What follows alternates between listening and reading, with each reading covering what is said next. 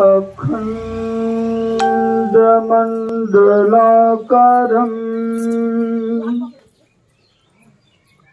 व्याप्तमेन चराचरम्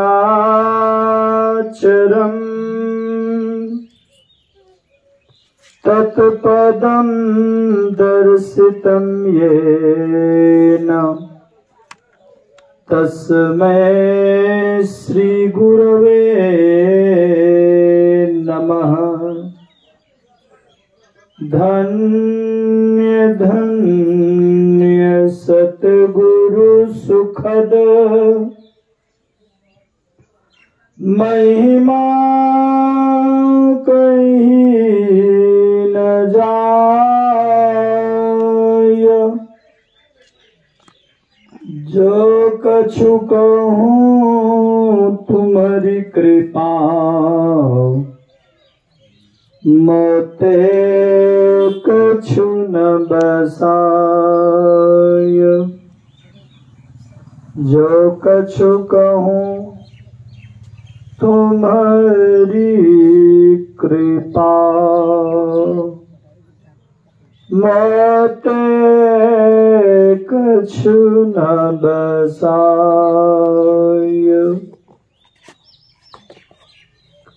सर्वक्षण स्मरणीय अनंत श्री विभूषित परम पूज्यपाद सदगुरु महाराज जी के पावन श्री चरणों में कोटिशः नमन। पूज्य गुरुजन, इस सत्संग रूपी त्रिवेणी में स्नान करने वाले धर्म प्रेमी सज्जनों, धर्मशिला माताओं तथा भक्ति स्वरूपा बहनों, सबों को मेरा हार्दिक नमन है और निवेदन है कि एक बार बुलंद आवाज में जय ध्वनि करें। श्री सद्गुरु महाराज की जय।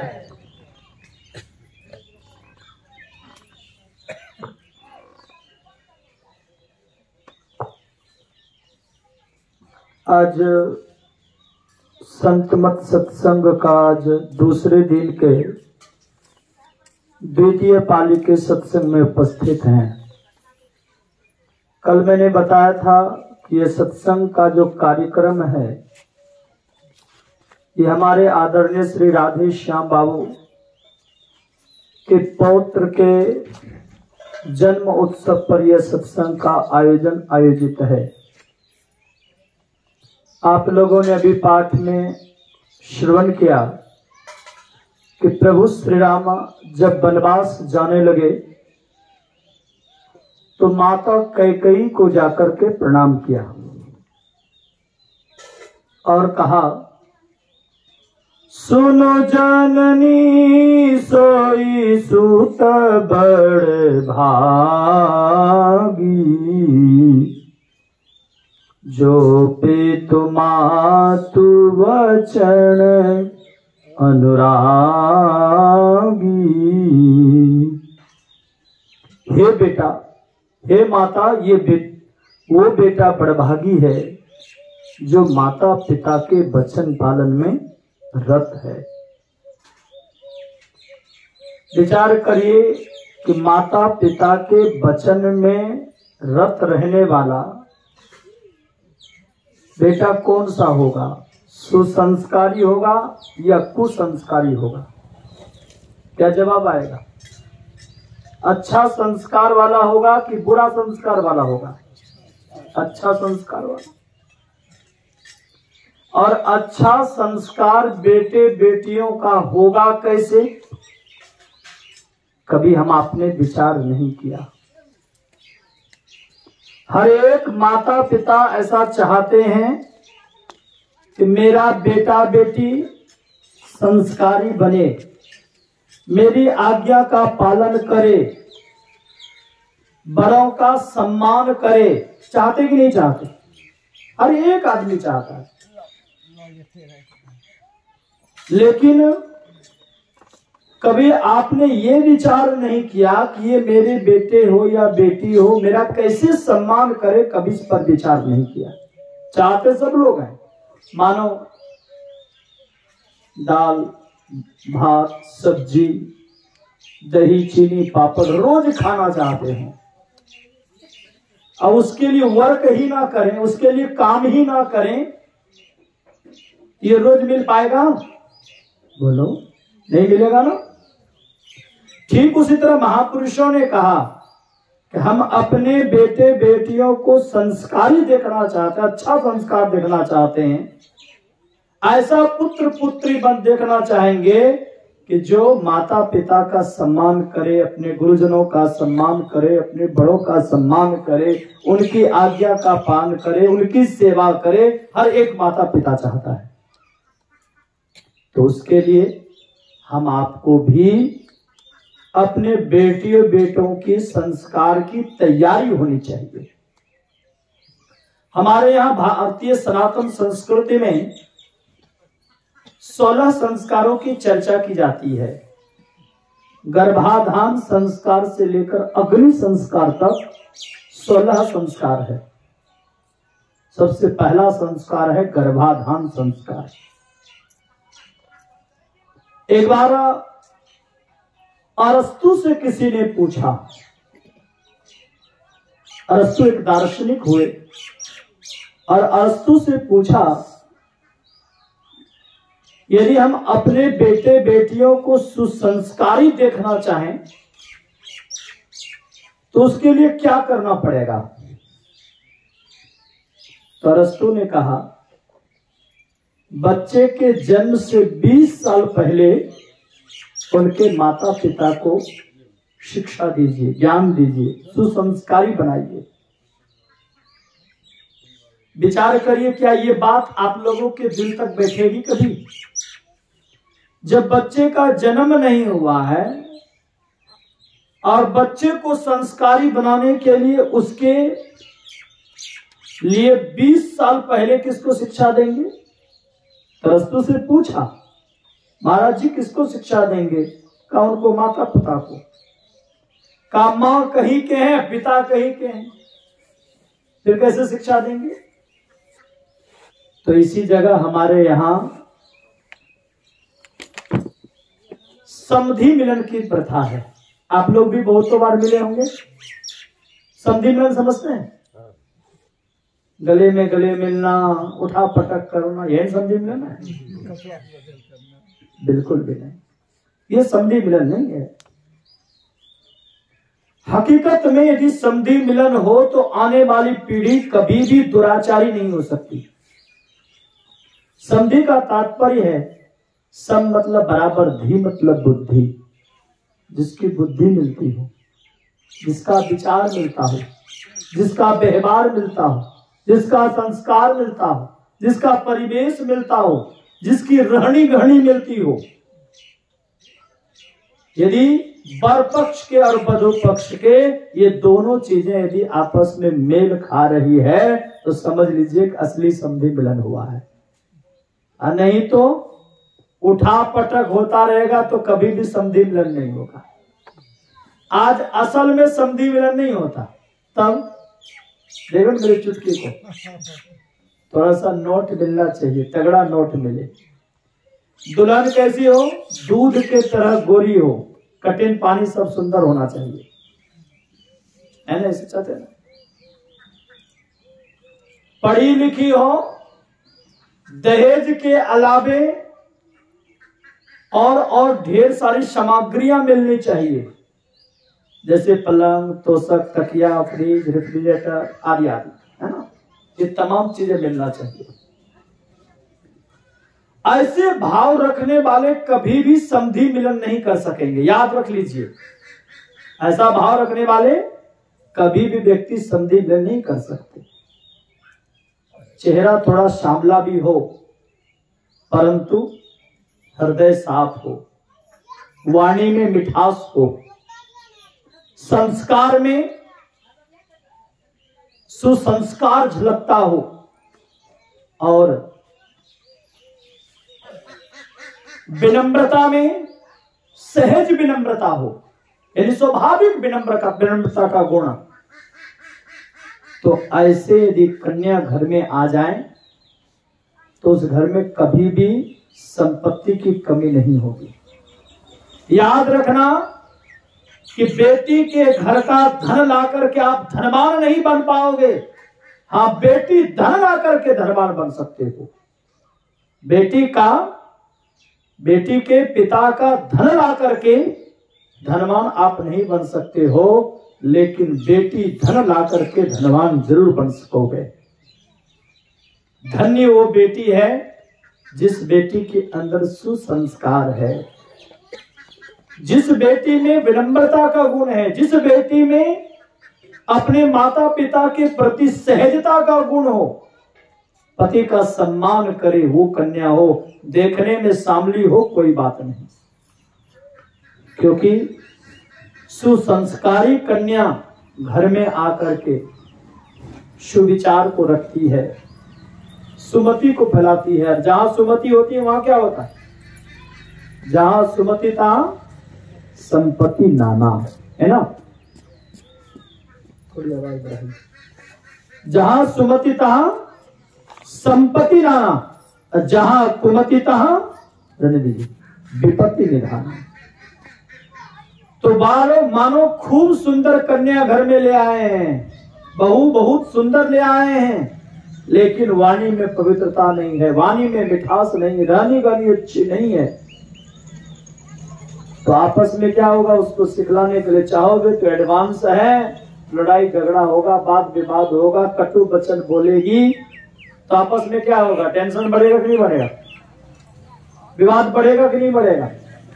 और विवाद बढ़ेगा तो अनेकों तरह की बीमारियां होगी। अब बीमारी होगी तो खर्च होगा, तो खर्च होगा तो और टेंशन बढ़ेगा कि घटेगा?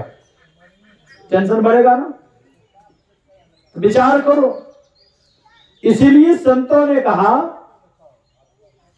कि जहां सुमति होती है, जहां वाणी में मिठास होती है, आपस में प्रेम होता है, वहां एक शक्ति होती है। और शक्ति का मतलब सिर्फ संपत्ति की शक्ति नहीं, लौकिक संपत्ति की भी शक्ति होती है और आध्यात्मिक उन्नति भी होती है। दोनों तरह का लाभ मिलता है। इसीलिए यदि अपने घर में अपने बेटे बेटियों को आप सुखी देखना चाहते हैं, माता पिता का सम्मान करने वाला बेटा देखना चाहते हैं, बेटी देखना चाहते हैं, तो संतों ने कहा चेहरे की सुंदरता से नहीं, हृदय की दिव्यता से मतलब रखो। हृदय पवित्र होना चाहिए। सबरी कैसी थी? कैसी सबरी थी? कभी कथा सुनी है आप लोगों ने? एक नंबर की कुरूपा। कुरूपा का मतलब समझते हैं? आज लोग कुरूपा का मतलब काले कलोटे को कुरूपा कहते, लेकिन नहीं, काले तो भगवान कृष्ण भी थे। जिनके पीछे गोपियां फिरा रहती थी। विचार करिए, यहां का तात्पर्य काले का मतलब, कुरूपा का मतलब काला नहीं, कुरूपा का तात्पर्य है रूपहीन। नाक टेढ़ा है तो मुंह टेढ़ा है, दांते निकला हुआ है तो आंखें टेढ़ी है ना? इसको हम कुरूपा कहेंगे। अत्यंत कुरूपा थी सबरी, जिनको देख करके बच्चे डर जाएं, वो कैसी सुंदरी होगी सोच लीजिए। जिसको देखकर बच्चे डर जाए कैसी सुंदरी होगी। लेकिन भगवान ने उसको क्या कहा? सुंदरी कहा, भामिनी कहा। का रघुपति सुनो भामिनी माता। भगवान चेहरे की सुंदरता से मतलब बिल्कुल भी नहीं रखते हैं, हृदय की दिव्यता से मतलब रखते हैं। हृदय कितना पवित्र है, और जिनका हृदय पवित्र होगा उनकी वाणी पवित्र होगी। जिनकी वाणी पवित्र होगी उस घर में आपस में प्रेम होगा, और जहां आपस में प्रेम होगा वहीं सुमति होगी, जहां सुमति होगी वहीं संपत्ति होगी। और जहां आध्यात्मिक संपत्ति होगी वहां उस परिवार में आने वाली पीढ़ियों का संस्कार कभी भी बिगड़ नहीं सकता। इसलिए महापुरुषों ने कहा कि दोनों वर पक्ष और वधू पक्ष, आप लोगों से भी निवेदन करना चाहूंगा, कभी दहेज के चक्कर में मत रहिएगा। इतना प्रयास करिए कि मेरे घर बहू आ जाए, बहू नहीं, मेरे घर बेटी आ जाए, मेरे घर बेटी आ जाए ये प्रयास करिए। और जिस दिन बहू को बेटी बनाकर घर में लाओगे ना, उस दिन आपको बेटी खोजने की आवश्यकता नहीं होगी, स्वतः वही बहू बेटी बन करके बैठ जाओगी। बाद में दूर से प्रणाम करना, आरती के बाद बैठे। बोलिए गुरुदेव भगवान की जय।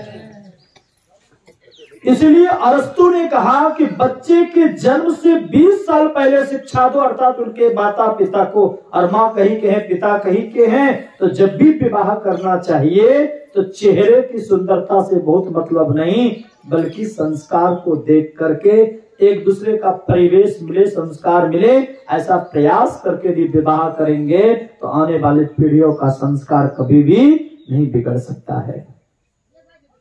दूसरी बात है कि जन्म से पूर्व आने वाली पीढ़ियों को जन्म से पूर्व उनकी तैयारी होनी चाहिए। आज तो कभी माता पिता ये विचार नहीं करते कि मुझे बच्चे को जन्म देना है। शादी होती है, खेल खेल में बच्चे का जन्म हो जाता है, कोई तैयारी नहीं होती, किस समय कैसे परिवेश में हम सानिध्य प्राप्त करें ये भी पता नहीं होता। परिणाम बेटा, माता पिता सत्संगी है, अब बेटा एक नंबर का दुष्ट पापी है, दुराचारी है। क्यों? क्योंकि समय का अंतर है। आप लोग कश्यप ऋषि का नाम सुने होंगे। कश्यप ऋषि की 2 पत्नी थी, एक का नाम दीति, दूसरा का नाम अदिति। दीति का पुत्र राक्षस हुआ और अदिति का पुत्र देवता हुए। एक बार की बात है, गोधूली बेला का समय था। गोधूली बेला समझते हैं? शाम को जिसमें गाय चर करके लौटती है, गाय के चरण से जो धूल उड़ता है, इसलिए उस समय का नाम क्या बोलते लोग? गोधूली बेला, संध्या बेला में। गोधूली बेला का समय था और ऋषि कश्यप साधना करने के लिए बैठने वाले थे, क्योंकि उस समय साधना का समय हुआ करता है। साधना करने के लिए बैठने वाले थे और तभी दीति आ गई। वे काम वासनाओं से उनका जीवन भरा पड़ा था। उन्होंने कहा मुझे संतान चाहिए। ऋषि कश्यप ने समझाया कि देवी अभी का समय, अभी का मुहूर्त अच्छा नहीं है। ये गोधूली बेला के समय में अंतरिक्ष में भूत पिशाचगण भ्रमण करते रहते हैं और इसी मौका का तलाश करते हैं कि मैं कहां निवास करूं, कैसे शरीर में प्रवेश करूं, ऐसा प्रयास करते हैं। इसलिए गोधूली बेला का जो समय है ये भगवान का चिंतन भजन करने का समय है। ये शारीरिक मिलन का संबंध बनाने का ये समय नहीं है। लेकिन त्रिया हट कर मुझे संतान चाहिए तो चाहिए। बहुत समझाने के बाद भी दीदी को समझ में नहीं आई। खुल करके समझाया, फिर भी नहीं समझ में। अंततः ऋषि कश्यप विवश हो गए, संबंध पूरा हुआ।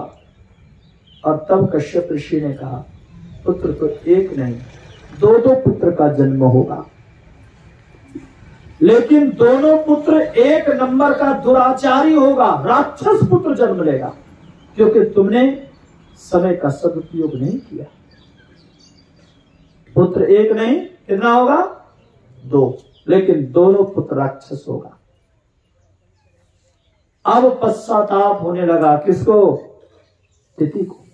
चरण पकड़ करके रोने लगी, जार बेजार होकर रोने लगी, अपनी गलती का एहसास की। लेकिन समय बीत चुका था। बहुत गलतियों का पश्चाताप करने के बाद ऋषि कश्यप ने कहा जाओ मैं तुम्हें आशीर्वाद देता हूं।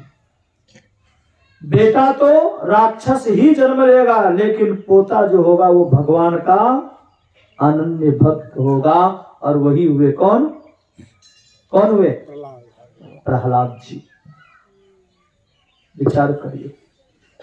अब बेटा का नाम हिरण्यकश्यपु और हिरण्याक्ष।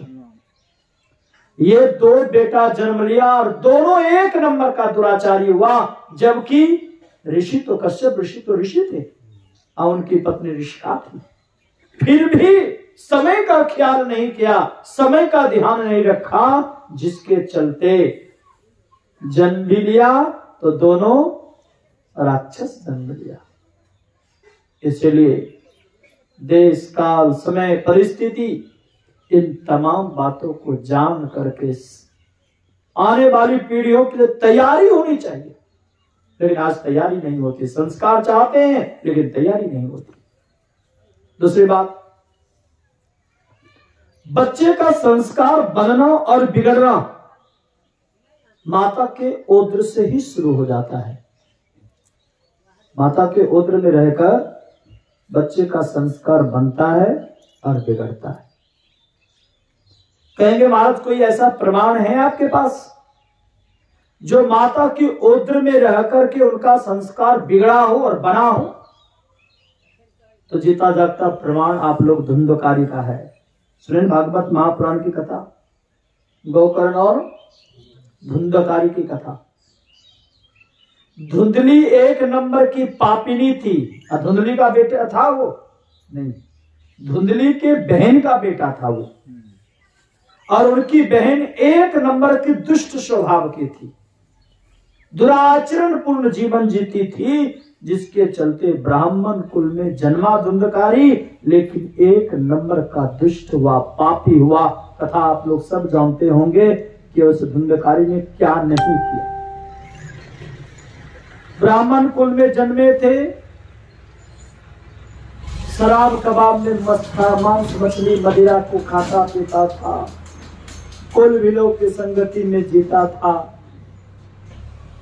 ये दुराचरण को देख करके पिताजी को उनके भाई गोकर्ण जी महाराज ने समझाया, घर द्वार को छोड़ दिया, भाई भी छोड़ दिया। अब संपत्ति, पिता की संपत्ति को बेच बेच करके गणिकाओं के पीछे, वेश्याओं के पीछे लगाया। कथा बहुत लंबी है।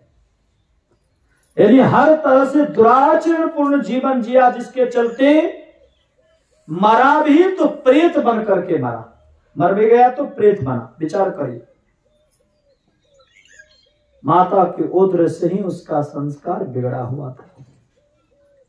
आप लोग कोहल ऋषि का नाम सुने? कोहल ऋषि की धर्म पत्नी का नाम था श्रीमती सुजाता देवी। बड़ी ही धर्मपरायणा, भगवान के चिंतन भजन में डूबी रहती थी। उनके जीवन में कोई चिंता की लकीर नहीं थी। मुझे तो काम है ईश्वर से, जगत रूठे तो रूठे न थे। पति की खूब सेवा करती थी। जब जब सत्संग करने के लिए कोहल ऋषि बैठते तो उनकी धर्म पत्नी सत्संग में बैठती। आज यदि सत्संग में पति आने लग जाए तो पत्नी कहती है कि आपको कुछ दिखता है, सत्संग ही दिखता है, जाइए ना सत्संग से ही ब्याह कर लीजिए। लोग ऐसा बोलते हैं, देखना। अब पत्नी को सत्संग का चस्का लग जाए, बारंबार सत्संग में आने लग जाए, तो पत्नी कहती है कि पति कहते हैं तुमको और कुछ काम थोड़ी है, तुमको सत्संग ही सूझता और कुछ नहीं, ऐसा कहते हैं ना। लेकिन माता सुजाता एक ऐसी पत्नी थी, पत्नी नहीं, पत्नी कहना बिल्कुल भी गलत होगा, पत्नी समझते हैं ना। पत्नी और धर्म पत्नी में क्या अंतर है बताएं? धर्म पत्नी का मतलब है पति को धर्म की ओर अग्रसर करे, अच्छे कर्मों के प्रति प्रेरित करे, तो उसको धर्म पत्नी। अपत्नी कौन है? जो पतन की ओर ले जाए, पतन की ओर जो ले जाए उसको पत्नी, और धर्म की ओर जो ले जाए उसको धर्म पत्नी। पतन की ओर ले जाना, हाथ पकड़ करके सिनेमा देखना, अश्लील उपन्यास पढ़ना, गलत गलत कामों में अपने हाथ बटाना, इसको पत्नी कहेंगे, धर्म पत्नी नहीं कहेंगे। लेकिन माता सुजाता वो धर्म पत्नी थी कोहल ऋषि की। जब भी सत्संग में बैठती थी, मनोयोग पूर्वक एक चित्त होकर के सत्संग के विचारों को सुनती थी। माता सुजाता के उदर में बच्चे पल रहे थे और उसी दरमियान रोज सत्संग में बैठती थी। कोहल ऋषि से वेद ऋचा के पाठ में गलती हो गई। माता के उदर से बच्चे बोल पड़े, पिताजी गलती हो रही है। अब देखिए, मां के उदर में बच्चा था, अब बोल दिया पिताजी गलती हो रही है। तो एक बार कान नहीं दिया, दूसरी बार गलती हुई तो बच्चे फिर बोल पड़े, पिताजी गलतियां हो रही है, कृपया ध्यान से पढ़िए। तब कोहल ऋषि ने अपनी पत्नी से कहा, कौन कह रहा है बारंबार गलतियां हो रही है?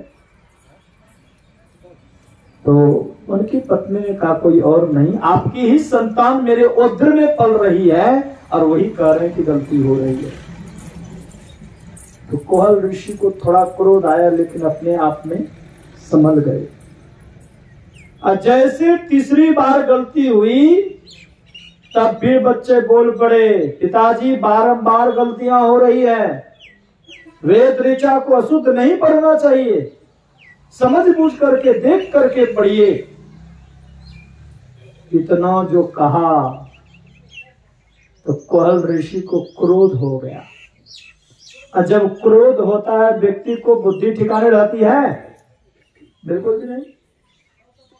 क्रोध के वशभूत होकर के कोहल ऋषि ने कहा, अरे अभी तो तुम माता के उदर में हो और मेरी गलतियों को पकड़ने लग गया, जा मैं तुझे साप देता हूं, जन्म लेते ही 8 अंगों से टेढ़े मेढ़े हो जाओगे। किसने श्राप दिया? पिता ने। जन्म लेते ही 8 अंगों से टेढ़े मेढ़े हो जाओगे। अभी तो तुम माता के उदर में और मेरी गलतियों को पकड़ने लग गया, जा मैं तुझे साप देता हूं, जन्म लेते ही 8 अंगों से टेढ़े मेढ़ा हो जाओगे। और जैसे ही बालक का जन्म हुआ कि 8 अंगों से उसका शरीर टेढ़ा मेढ़ा हो गया। नदी टेढ़ी होती है, उसका पानी भी टेढ़ा होता है ना जी? हाँ, नदी टेढ़ी होती है, पानी टेढ़ा नहीं होता? बिल्कुल भी नहीं।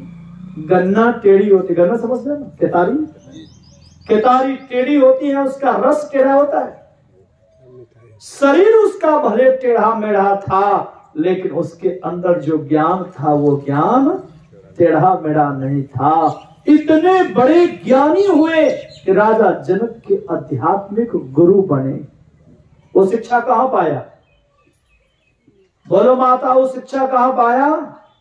माता के उदर में, गर्भ में। विचार करो,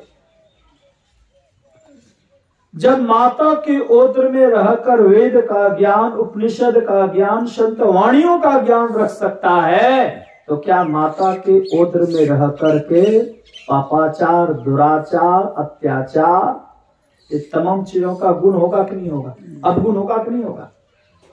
होगा।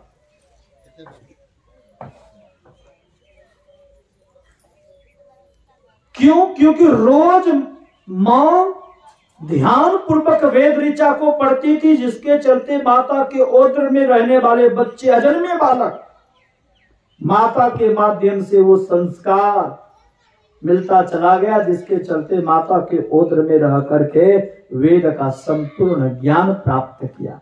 विचार करिए। आप लोग अभिमन्यु का नाम सुने?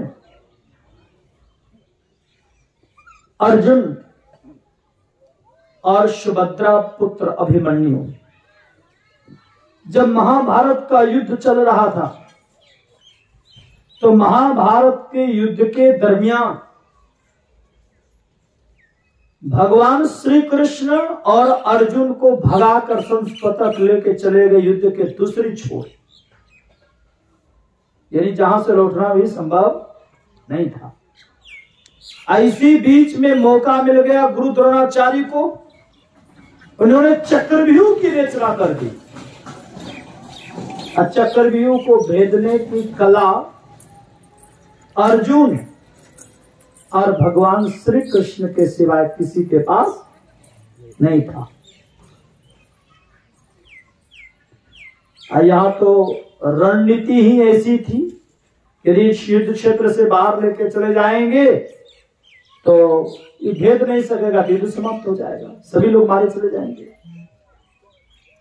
सबके सब चिंतित मुद्रा में बैठे थे। उसी समय 16 वर्षीय अभिमन्यु ने कहा, हे ज्येष्ठ पिताश्री, यदि आपकी आज्ञा हो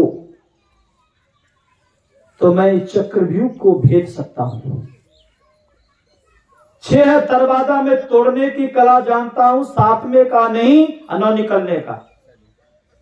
तो भीम ने कहा, बेटा तुम 6 दरवाजा तोड़ ही देगा तो 7वें में क्या रखा है? उसको तो गदा की चोट से मैं तोड़ दूंगा। मैं बैठ जा, अभी बैठने तो पासू कर, पासू बैठो। बोले गुरुदेव भगवान की जय। सुनो, 7वें में क्या रखा है, ऐसा कहा।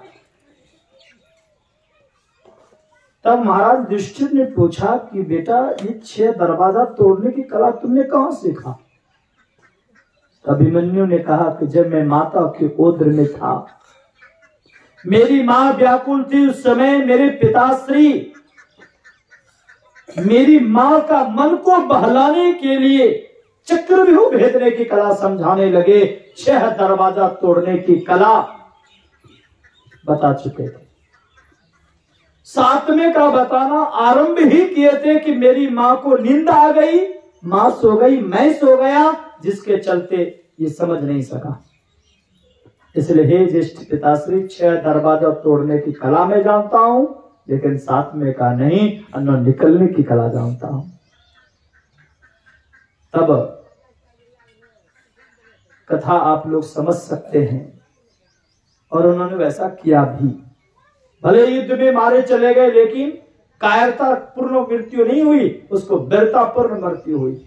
विचार कर सकते हैं कि माता के ओद्र में रह करके बच्चे चक्रव्यूह की कला सीख सकते हैं, तो बच्चे माता के ओद्र में रहकर ध्यानी ज्ञानी हो सकता है कि नहीं हो सकता?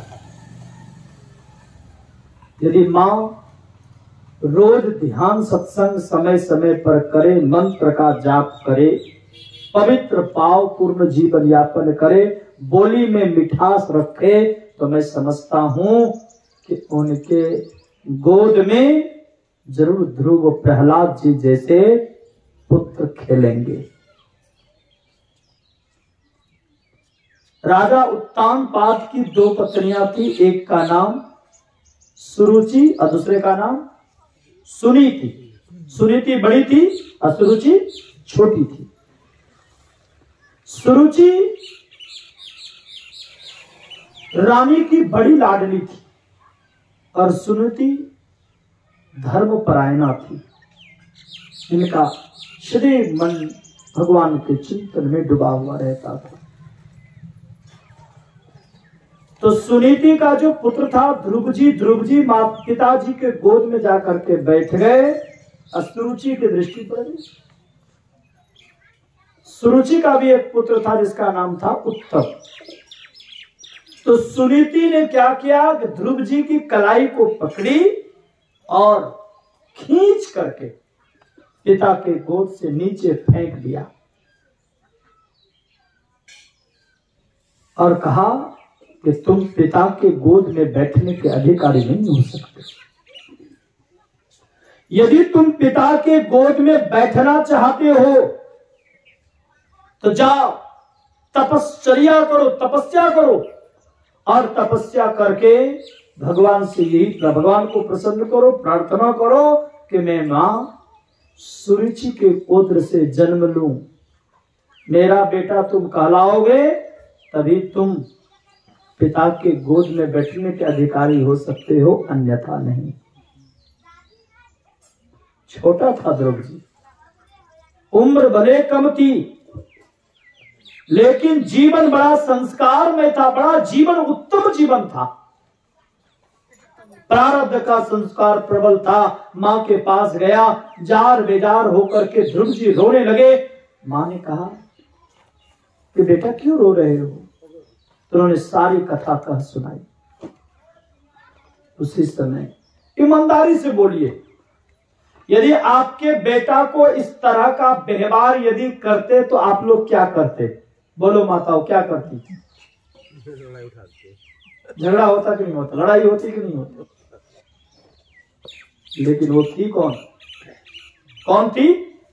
सुनीति। सुनीति का मतलब जानते हैं? जो नीति युक्त जीवन जिए, जो धर्म युक्त जीवन जिए, जो संस्कार पूर्ण जीवन जिए, वो सुनीति है। असुरुचि कौन है? जो मनमुखी जीवन जिए, मनमानी कार्य करे, उनको नीति से मतलब नहीं, धर्म से मतलब नहीं, संस्कार से मतलब नहीं, परिवेश से मतलब नहीं, जो मन में आया सो करते चले गए। वो कौन है? सुरुचि। जो मन में विचारा वैसा कर्म किया, वो सुरुचि है। जिनको धर्म कर्म से कोई मतलब नहीं है, याद रखिए, जो माताएं सुरुचि बन करके रहेंगे उनका संस्कार गिरा हुआ रहेगा और उसके आने वाली पीढ़ियों का भी संस्कार निकृष्ट संस्कार होगा। लेकिन जो माताएं सुनीति बन करके रहेंगी, उनके औद्र से जन्मे हुए पुत्र कभी भी दुराचारी, शराबी, कबाबी, अत्याचारी नहीं हो सकता। सुनीति के पास जाकर के जब बच्चे रोने लगे, ध्रुव जी रोने लगे, तो मां ने बड़े प्यार से उसे गोद में बिठाया। सारी बातों को उन्होंने ध्यान पूर्वक सुनी और सुनने के बाद क्या कहा कि बेटा, छोटी मां ने जो कुछ भी कहा वो बिल्कुल ठीक कहा है। आप कह सकती हैं ऐसा? नहीं कह सकते। लेकिन वो सुनीति थी, उन्होंने कहा कि जो कुछ भी कहा छोटी मां ने वो ठीक कहा। बेटा, मां कभी गलत बोल ही नहीं सकती। देखिए, सकारात्मक विचार, नकारात्मकता में भी सकारात्मकता छिपा हुआ है। सकारात्मक विचार कहा, जो कुछ छोटी मां ने कहा बिल्कुल सही कहा कि बेटा, ये जीवन सुंदर जीवन प्रभु भक्ति करने के लिए मिला है। इस छोटी मां ने कहा कि जाओ तपस्या करो, तो क्या गलत कहा? करना ही चाहिए तपस्या, ये जीवन भगवान की भक्ति करने के लिए मिला है। लेकिन क्या मां? कहा, लेकिन यही इस पिता के गोद में बैठने के लिए नहीं। इस पिता के गोद में बैठोगे, घंटों 1.5 घंटे के बाद तुम्हें उतरना पड़ेगा, लेकिन तपस्या करके उस परम पिता परमात्मा के गोद में बैठ जाओगे तो कभी उतरना नहीं पड़ेगा। आपका बहुत बेटा लाडला है, बेटी बहुत लाडली है, ध्यान से समझो। आप उसे गोद में बहुत रखते हो, दुलार प्यार बहुत करते हो। अब वो लाडला बेटा या बेटी कहने लगे, मां आपका गोद तो बहुत सुंदर है, आपके गोद से अब मैं नीचे उतरूंगा ही नहीं, आपके गोद में ही खाऊंगा, आपके गोद में ही सोऊंगा। ईमानदारी से बोलो, क्या करोगे? उस बेटा बेटी को जिससे बहुत प्यार करते हो, अब वो गोद से उतरना नहीं चाहता है, तो क्या करोगे? थप्पड़ मारोगे? नहीं उतरना, सब जबरदस्ती उतारोगे। यही बात सुनीति ने समझाया अपने बेटा ध्रुव जी को। बेटा, अरे इस संसार की पिता के गोद में घंटों 1.5 घंटे के बाद नहीं चाहते भी उतरना पड़ेगा, नहीं भी उतरोगे तुम्हें जबरदस्ती उतार देंगे, लेकिन उस परम पिता परमात्मा के गोद में बैठ जाओगे तो फिर कभी उतरना नहीं पड़ेगा, आनंद की प्राप्ति हो जाएगी। फिर जाओ तपस्या करो, संसार के पिता के लिए नहीं, परम पिता परमात्मा की भक्ति करने के लिए। और आप लोग सब जानते हैं कि ध्रुव जी ने तपस्या की, ध्रुव पद को उन्होंने प्राप्त किया। ध्रुव मतलब होता अचल पद, जहां से पुनः शरीर संसार में लौटना नहीं पड़ता। ये संस्कार कहां मिला? माता पिता के द्वारा। अब विचार करिए, आज माताएं कहती है कि मेरा बेटा 1 नंबर का आतताई हो गया, मेरा बेटा दूसरे लड़की को लेकर भाग गया, ये दूसरी लड़की मेरे बेटे को भगा के लेके चला गया। ऐसे लोग कहते हैं, ढेर सारा शिकायत है। मैं समझता हूं इसमें उस बच्चियों का दोष नहीं है। इसमें सबसे पहला यदि दोष है तो माता पिता का दोष है। तब आपकी उंगली उठेगी कि गुरुजी ऐसा कहना बिल्कुल भी आपका जायज नहीं है। माता पिता कोई चाहेगा कि दूसरे लड़की को भगा कर लेके चले जाओ, चाहेगा ऐसा कभी? चाहो या ना चाहो, परंतु संस्कार तो वैसा ही दिया ना। अब देखो कैसे माता पिता का दोष है, थोड़ा सा मैं आईना दिखाना चाहूंगा। माता के ओद्र में बच्चे पल रहे हैं, अम्मा सिनेमा देख रही है। सिनेमा में क्या दिखलाया जाता है? वही दूसरी लड़के उसी लड़के के साथ भाग रहा है, लड़ाई मारपीट खून खराबा, ये नहीं दिखाया जाता है। अब जो बच्चे माता की ओद्र में हैं, अजन्मे हैं, जन्म नहीं हुआ है, और मां के ओद्र में रहकर मां की दृष्टि से, मां की आंखों से वो बच्चा देख रहा है, तो जन्म से जो लड़की को भगाने वाला, लड़का के साथ भाग जाने वाला, खून खराबा, भले नकली ही खून क्यों नहीं हो, लेकिन देखा तो खून। राजीव दीक्षित ने कहा 5 वर्ष की उम्र से जो 40 वर्ष तक उम्र तक यदि कोई सिनेमा देखता है तो लगभग 80,000 मर्डर देख लेता है। कितना मर्डर? 80,000। अब 80,000 मर्डर देखने वाला बेटा बेटी के अंदर दया कहां से होगी? होगी दया?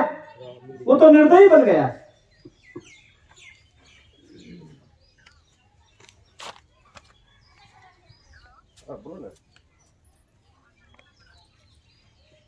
अस्सी 80,000 मर्डर जिसने देख लिया, वो बेटा बेटी के अंदर दया कहां से आएगी? आज यही कारण है कि माता के ओद्र से में खून खराब देखते हुए आया।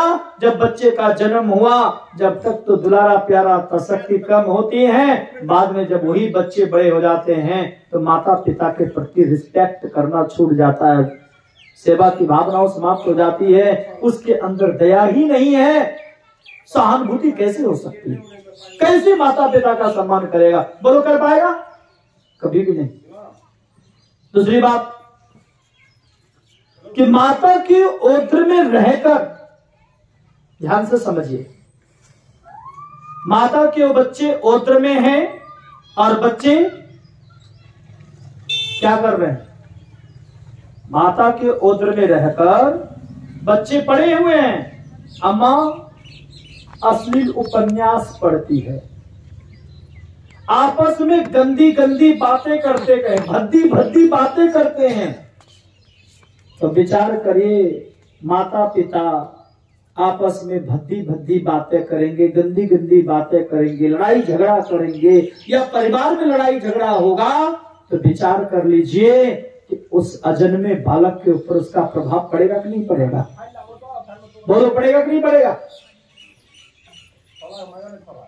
अब माता के ओद्र में कई उदाहरण देते हुए आया।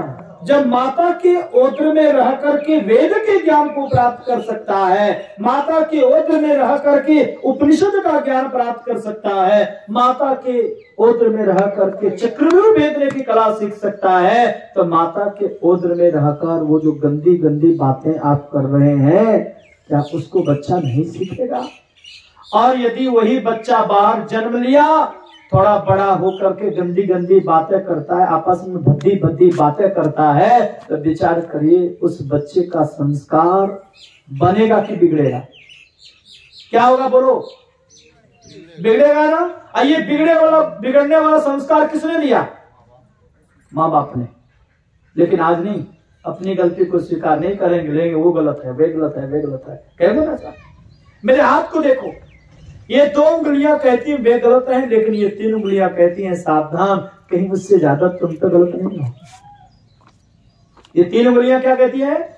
कि उससे ज्यादा तुम तो गलत नहीं हो। दूसरे की बुराइयों का अवलोकन करते हो, दूसरे को बुरा कहते हो।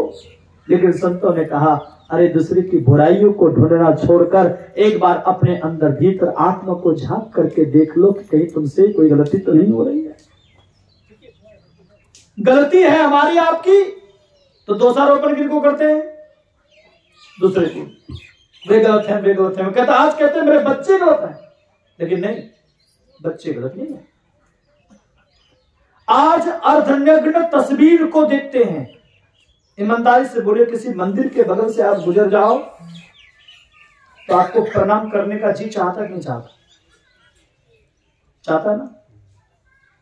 और सिनेमा हॉल के बगल से गुजर जाओ तो किसको किसको प्रणाम करने की इच्छा होगी? नहीं ना? क्यों? क्योंकि वो अश्लील घर है, मंदिर नहीं है। विचार कर लीजिए, आज अपने घर को लोग सजाते संवारते, मैं देखता हूं पहले जमाने में लोग घर भी सजाते संवारते थे, आज भी सजाते संवारते हैं। तो पहले के घर में भगवान कृष्ण का मूर्ति, शिव जी की मूर्ति, पहले चित्र लोग घर में बनाते थे।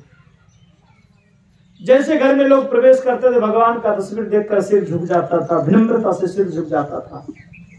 लेकिन आज घर में देखिएगा, आज भी भगवान का तस्वीर सजाते, लेकिन कौन सा भगवान पता है? आधुनिक भगवान, समझते हैं? क्रिकेटर, हीरो, हीरोइन, है ना? अश्लील से अश्लील अर्धनग्न तस्वीर आपको अपने घर से सजाएंगे, जिनको देखने मात्र से मन में गंदा विचार उत्पन्न हो जाए तो विचार करिए, आपके मन में गंदा विचार होगा तो आपके उदर में जो बच्चे पल रहे हैं उसका संस्कार कैसा होगा, सोच लीजिए। आज भी मारवाड़ी समाज में जाइए, जब बहू के उदर में बच्चे पल रहे होते हैं तो उनके सास ससुर एकदम नित्य नियमित बिठाएंगे, स्तुति प्रार्थना, भागवत, रामायण, महाभारत, गीता, उपनिषद आदि ग्रंथों का पाठ करके रोज सुनाएंगे। 9 महीना तक सिनेमा नहीं देख सकते, कोई और गंदा चीज नहीं देख सकते, चेतावनी होती है। बीच बीच में 2 महीने, 3 महीने में, 1 महीने में, यदि बहुत अच्छा पैसा वाला है लोग तो महीने में, 15 दिन में, 20 दिन में एक बार सत्संग रखते हैं, साधु महात्माओं को बुलाते हैं और सेवा भी करवाते हैं उससे। ऐसा नहीं कि सिर्फ बैठकर सत्संग सुनाए, सो नहीं, सेवा भी करवाते हैं। और इस तरह समय बीतता है, बच्चे का जन्म होता है और जन्म के बाद भी सत्संग का आयोजन होता है। ये मारवाड़ी समाज में से कुछ लोग भागवत कराते, कोई सत्संग कराते। देखिए, कुल मिलाकर के सभी बातों का सार मैं इतना ही कहना चाहता हूं कि जिस तरह के विचार, व्यवहार और संस्कार आप अपने अंदर रखोगे तो आने वाली पीढ़ियों के संस्कार वही बनेगा। अब आपको ये निर्णय करना है, आपको ये डिसीजन लेना है कि हम अपने बेटा को संस्कारी बनना चाहते हैं कि नहीं। यदि संस्कारी बनाना चाहते हैं तो पहले खुद को संस्कारी बनाइए। बोलिए श्री सद्गुरु। पहले खुद को संस्कारी बनाइए। ध्यान से सुनिए,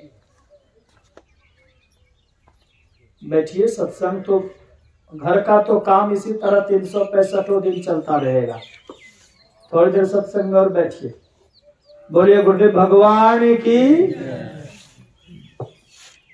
तो खुद को पहले संस्कारी बनाइए। अपने संस्कार को उत्तम बनाएंगे तो आने वाली पीढ़ियों का संस्कार कभी भी नहीं बिगड़ेगा। तो पहला जो मैंने शिक्षा दिया कि माता के उदर में बच्चे पल रहे हो तो कभी भी अश्लील उपन्यास मत पढ़िए, अश्लील सिनेमा मत देखिए, गंदी गंदी बातें मत करिए। मैंने देखा बांका जिला में, भारत के बिहार राज्य के अंतर्गत बांका जिला है, और बांका जिला में एक डॉक्टर, पेशे से डॉक्टर थे, और उनकी माँ 1 नंबर की डायन थी। डायन समझते हैं? तंत्र मंत्र के विद्या में प्रवीण थी। जब उसकी मृत्यु हुई थी तो प्रेत नाचता था उसके चारों तरफ। कई तांत्रिकों को बुलाया गया, तब उसको शांत किया, तब अग्नि संस्कार हुआ। और वो मिट्टी इतने दूषित हो गई उस जगह कि डॉक्टर साहब बड़े अच्छे डॉक्टर थे, ये झोला छाप डॉक्टर थे, लेकिन बहुत अच्छे स्वभाव थे। लेकिन जब से उनकी मां मरी, प्रेत आदि नाचता था, उसको शांत करके किसी तरह अग्नि संस्कार हुआ, उस जमीन पर जैसे जाए ऑटोमेटिक गाली बकना शुरू कर दे। पेशेंट को छू ले तो मानो 10, 20, 50 बाल्टी स्नान करता था। उनके शायद 5 या 6 बेटे बेटियां हैं। उनके मुंह से, बच्चे के मुंह से जो शब्द निकला, पहला शब्द बोलते हैं दादा दादी मम्मी पापा आगे आदि बोलते हैं ना, माँ पिताजी बोलते हैं, वो पहला शब्द गाली से ही निकला। यानी बच्चे को गाली के कंपटीशन में बिठा दिया जाए तो अव्वल नंबर लाएगा, ये समझ लो। क्यों? क्योंकि जन्म से ही वो गाली सुना। इसलिए कभी भी भद्दे भद्दे तस्वीर को नहीं देखना चाहिए, भद्दे उपन्यास को नहीं पढ़ना चाहिए, भद्दे सिनेमा को नहीं देखना चाहिए। हाँ, देखना तो रामायण देखो और चीज जो सुंदर चीजें हैं, जो जीवनों उपयोगी तथ्य हैं, उन्हें देखो। दूसरी बात, दूसरी शिक्षा मिलती है बच्चे को संस्कार बनाने में। जन्म लेता बच्चा, आज तो देखता हूं शहरों में जन्म देती है मां, लेकिन अपने गोद में बच्चे को खिलाना भी पसंद नहीं करती। अभी तो गांव समाज में ऐसा नहीं है, शहरों में जाकर के देखो।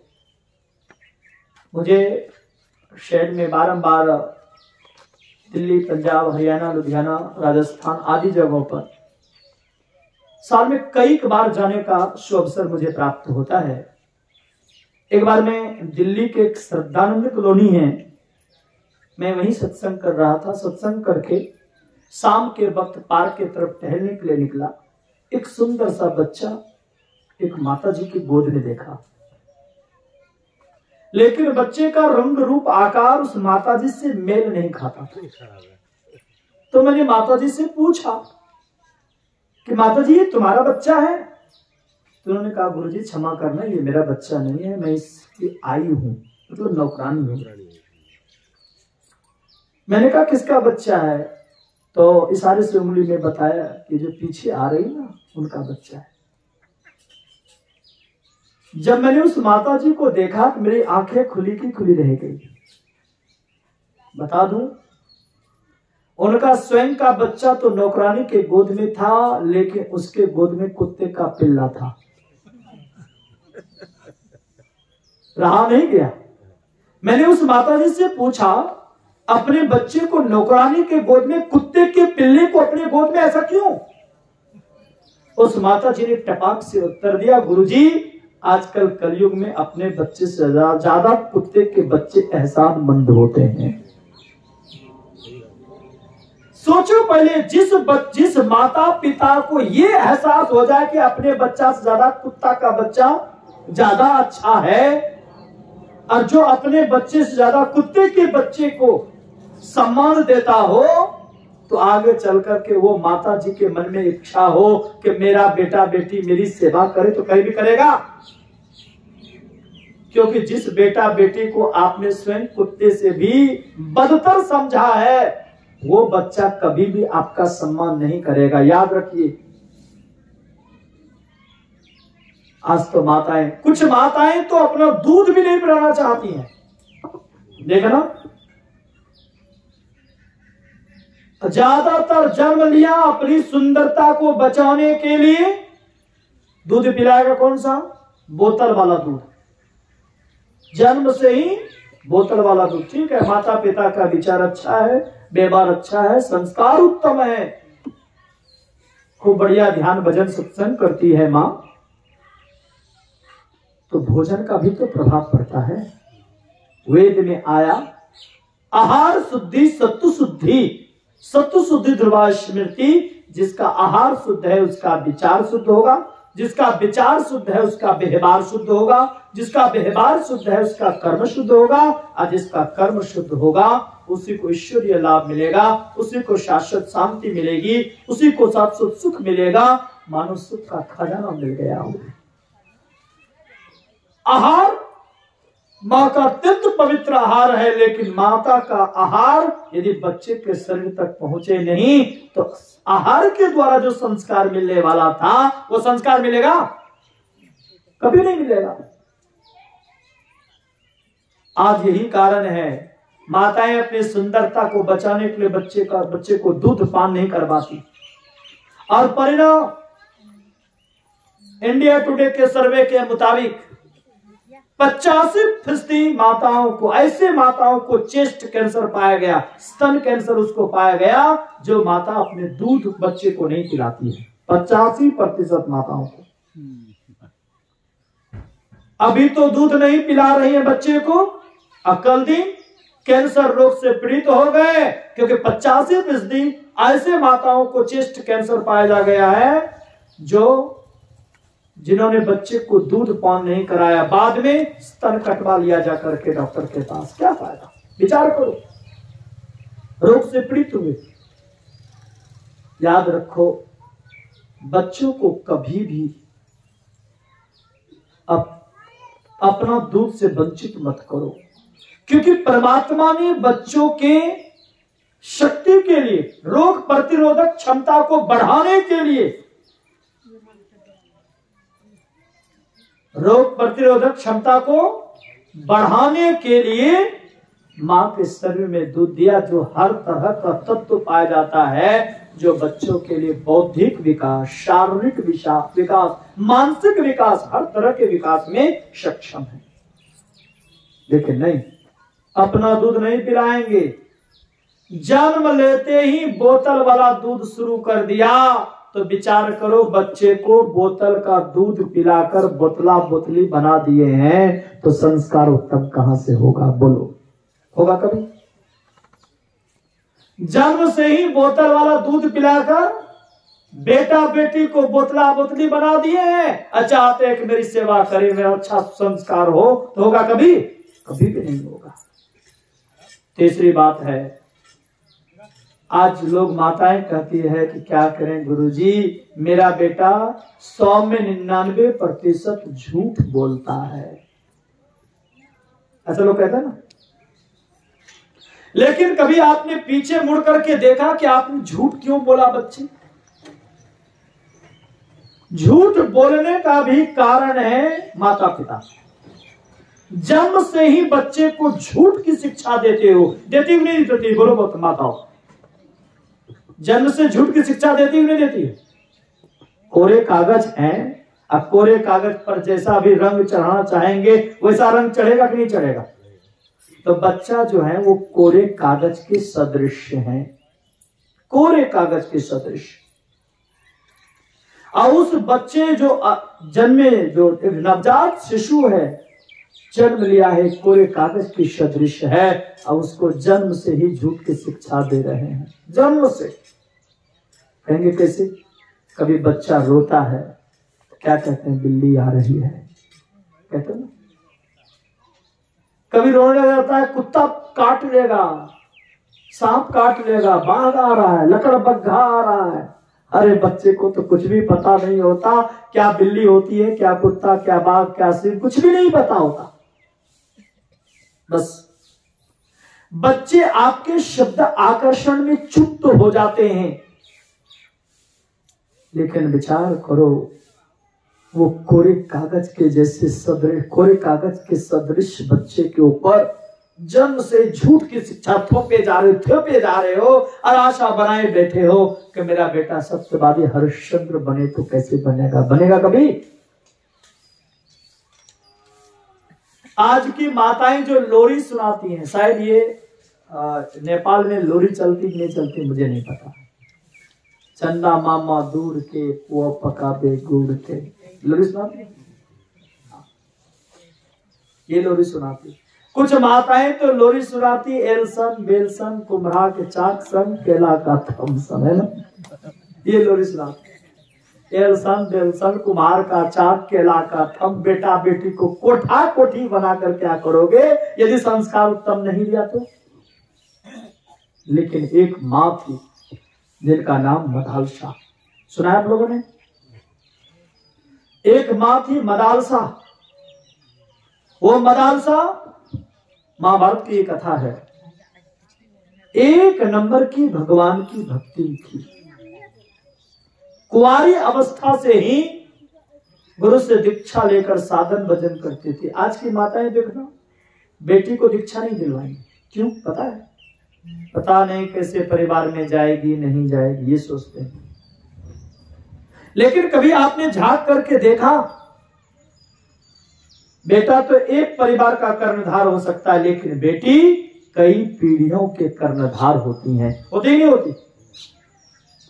आज जब तक ठीक है जैसा परिवार, जब तक कुंवारी अवस्था में माता पिता के घर हैं, 20 साल तक, 21 साल 22 साल तक, तब तक तो कम से कम भजन करेगी। अब भजन करेंगे तो भजन का संस्कार उसके जीवन में होगा, दीक्षा का बंधन होगा। कैसा भी परिवार में चले जाएं तो दीक्षित रहेंगे तो कम से कम खान पान में अशुद्धता नहीं होगी, मांस मछली नहीं खाएंगे, शुद्ध आहार करेंगे तो आजीवन वैष्णव बनकर रहेंगे।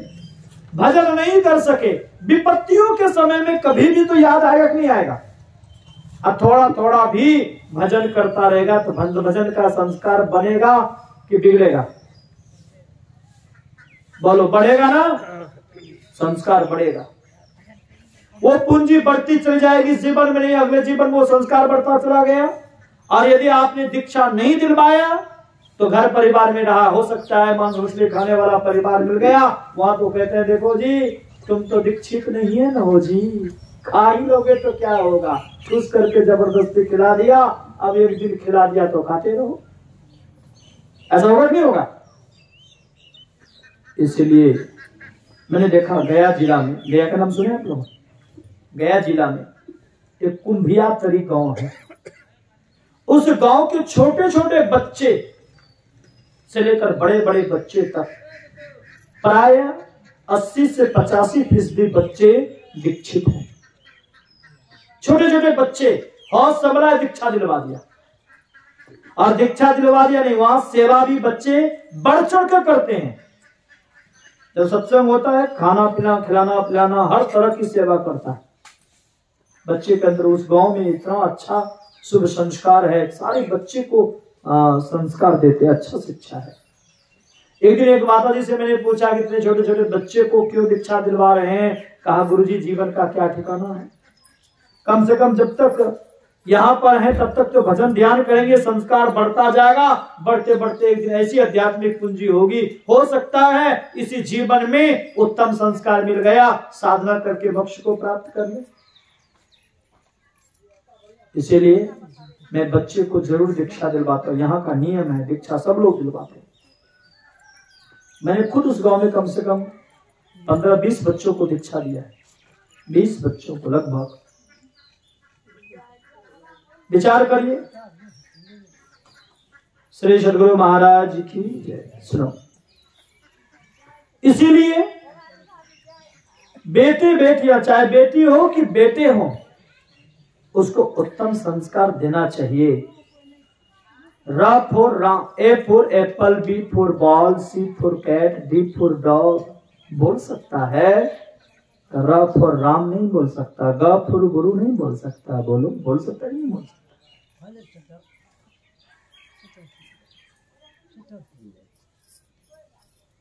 श्री सद्गुरु महाराज की जय। मदालसा बहुत छोटी थी, इतना संस्कार उत्तम था, गुरु से नाम दान लेकर के मदालसा भजन करती थी। बारंबार मीरा के तरह वो खो जाती थी। जैसे मीरा ने कहा ना, मेरे तो गिरधर गोपाल दूसरो ना कोई, वैसे ही मदालसा सदैव भगवान के चिंतन में डूबी रहती थी। सयानी हो गई, शादी के योग्य हो गई, उनके पिता को स्वाभाविक चिंता होने लगी कि बेटे का हाथ पीला करते, लेकिन मदालसा विवाह नहीं करना चाहती थी। मदालसा चाहती थी मैं पिता के घर रहकर, जिसके लिए परमात्मा ने सुंदर जीवन दिया है, ऐसे जीवन को मैं सार्थक करूं, अर्थात भगवान का भजन करूं। लेकिन पिता के विशेष आग्रह करने पर मदालसा तैयार हुई। पिता ने वचन दिया कि बेटी तुम जैसी धर्मपरायण हो, तुम्हारे होने वाले पति भी वैसे ही धर्मपरायण होंगे, इसीलिए मैं वैसा ही वर ढूंढूंगा। तो वर ढूंढने लगे, एक राजा को ही चयन किया जिसका नाम था ऋतुध्वज। क्या नाम था? ऋतुध्वज। वो चक्रवर्ती सम्राट था, 120 राजाओं के ऊपर हुकूमत करता था, 120 राजाओं के ऊपर हुकूमत करता था, वो इतना बड़ा राजा था।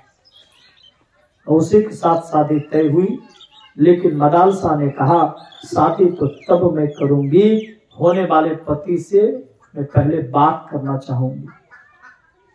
आज के तरह आज तो शादी लग जाती, हाय हेलो शुरू हो जाता है, लेकिन उस समय ऐसी प्रथा नहीं थी।